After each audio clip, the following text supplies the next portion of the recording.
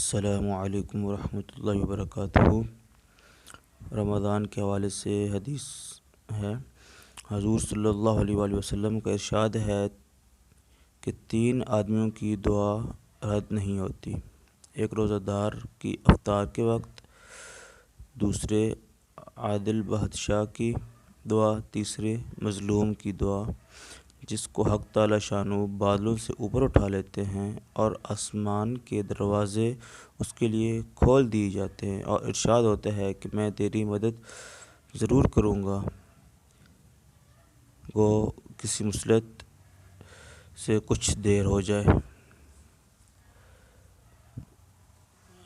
حضور صلی اللہ علیہ وآلہ وسلم کا ارشاد ہے 3 آدمیوں کی دعا رد نہیں ہوتی: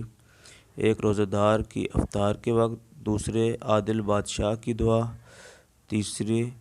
مظلوم کی جس کو حق تعالی شانہ بادلوں سے اوپر اٹھا لیتے ہیں اور آسمان کے دروازے اس کے لیے کھول دیے جاتے ہیں، اور ارشاد ہوتا ہے کہ میں تیری مدد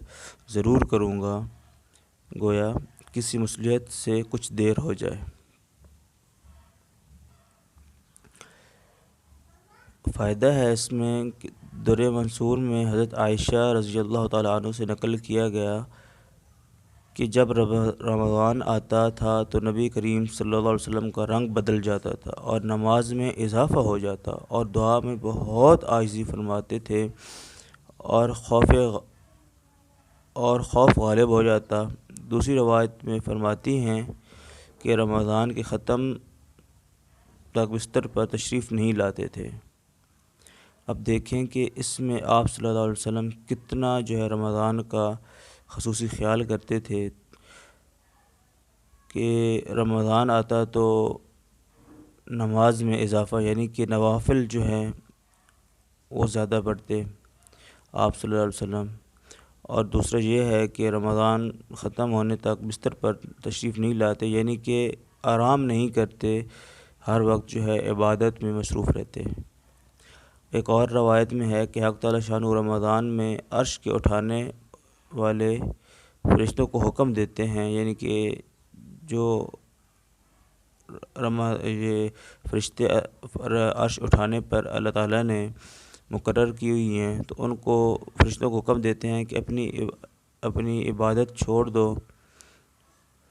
روزہ داروں کی دعا پر آمین کہا کرو۔ اب دیکھیں کہ کتنا اللہ تعالیٰ ہمارے لیے یہ انعام فرماتے ہیں،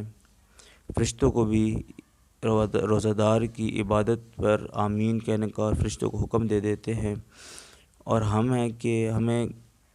رمضان کے مہینے کی قدر ہی نہیں ہے، روزہ رکھتے ہیں لیکن باقی کسی چیز کا خیال نہیں کرتے، وہی گلے شکوے، چغلی، غیبت، یہ ساری چیزیں پھر بھی عام طور پر دیکھی جاتی ہیں۔ بہت سی روایات سے رمضان کی دعا کا خصوصیت سے قبول ہونا معلوم ہوتا ہے، اور یہ بے تردد بات ہے کہ جب اللہ کا وعدہ ہے اور سچے رسول صلی اللہ علیہ وسلم کا نقل کیا ہوا ہے تو اس کے پورا ہونے میں کچھ تردد نہیں، اور اس کے بعد بھی بعض لوگ کسی غرض کے لیے دعا کرتے ہیں مگر وہ کام نہیں ہوتا، تو اس سے یہ نہیں سمجھ لینی چاہیے کہ وہ دعا قبول نہیں ہوتی، بلکہ دعا قبول ہونے کی معنی سمجھ لینے چاہیے۔ اب ہم کہتے ہیں کہ ہماری دعائیں قبول نہیں ہوتی، تو دعا ہماری جو بھی ہم کرتے ہیں وہ قبول ہوتی ہے، لیکن قبولیت کی 3 طرح کی چیزیں ہوتی ہیں کہ ایک یہ ہوتا ہے کہ ہم جو دعا مانگتے ہیں وہ ہماری دعا قبول ہو جاتی ہے، یا پھر اس دعا کے بدلے میں سے وہ جو ہم دعا مانگ رہے ہوتے ہیں وہ ہمارے لیے صحیح نہیں ہوتی، اس دعا کے بدلے میں سے اللہ تعالیٰ ہم پر کوئی بھی مصیبت وہ ہٹا دیتے ہیں۔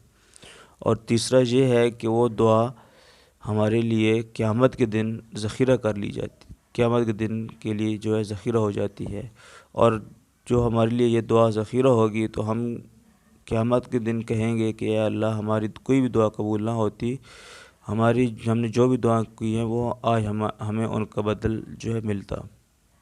اللہ تعالی ہمیں ان باتوں پر عمل کی توفیق عطا فرمائے اور ان کو سمجھنے کی توفیق عطا فرمائے۔ جزاک اللہ خیرہ۔